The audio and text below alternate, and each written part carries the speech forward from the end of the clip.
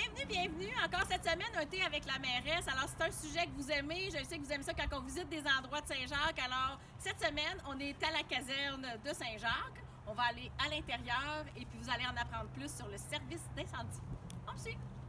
Bonjour à tous. Alors, comme vous pouvez le constater, je suis présentement à l'intérieur de la caserne, mais je suis avec le directeur du service de la sécurité incendie de la MRC Montcalm, c'est François Thivierge. Bien, enchanté. Mais on est venu te voir parce qu'il y a beaucoup de gens qui me posent des questions. Hein? On voit souvent les pompiers, qu'est-ce qui se passe? Alors, comme on l'avait déjà expliqué auparavant, maintenant, le service d'incendie de Saint-Jacques fait partie du SSI Montcalm.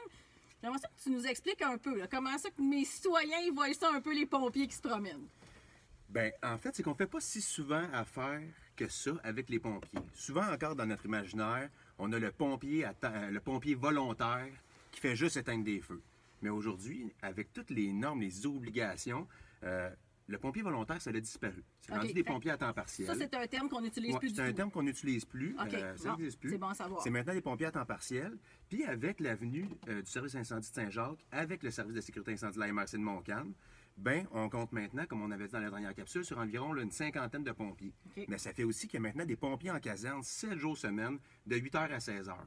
Mais pourquoi ils sont sur la route? Pourquoi on les voit? Est-ce que c'est parce qu'il y a, à chaque fois qu'ils sont sur la route, il y a une intervention? En fait, non.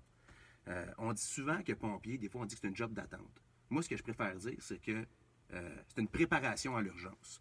Parce que ce qui va faire la différence maintenant qu'on a des pompiers en caserne, c'est qu'à chaque fois que le pompier va rentrer travailler, il va se préparer à intervenir. Donc, non seulement les gens je parle de Saint-Jacques parce que présentement, c'est ici qu'on est, les gens de Saint-Jacques peuvent voir des véhicules, mais aussi vont voir qu'il y a des gens en caserne aussi quotidiennement.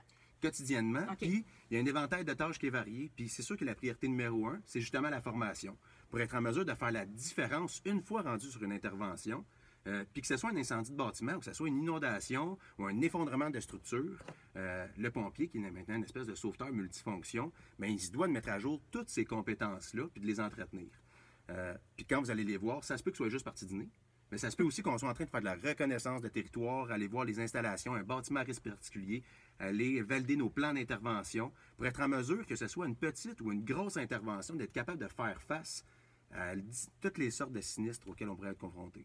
Ça veut dire qu'on peut rencontrer des gens de Saint-Jacques, donc des pompiers qu'on connaît, mais aussi, étant donné qu'on est avec le SSI Montcalm, ça peut être des pompiers que les citoyens de Saint-Jacques ne sont pas habitués de voir. On peut avoir de la visite aussi.